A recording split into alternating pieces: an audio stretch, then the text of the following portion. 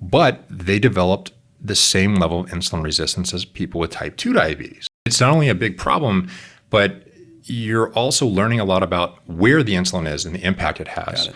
So if you eat, a loaf of bread, right, and it elevates glucose levels and your body releases insulin, a lot of that insulin is initially going to the liver. It is estimated that about 3/4 of that insulin is immediately gobbled up by the liver and takes that glucose and binds it into, or causes insulin binding, causes the glucose levels to enter and then ultimately be stored as glycogen.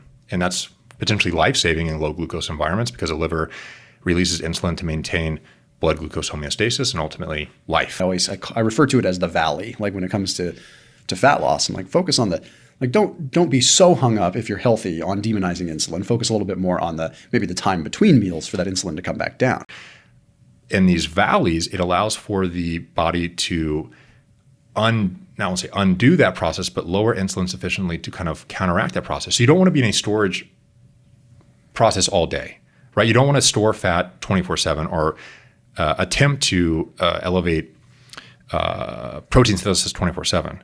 If that was the case, if insulin drove anabolism of the muscle 24/7 just by elevated levels, people with type 2 diabetes would be the most jacked people on earth. And it's just not what happens, right? There is pathology associated with just chronically excess amounts of insulin. It is about having both the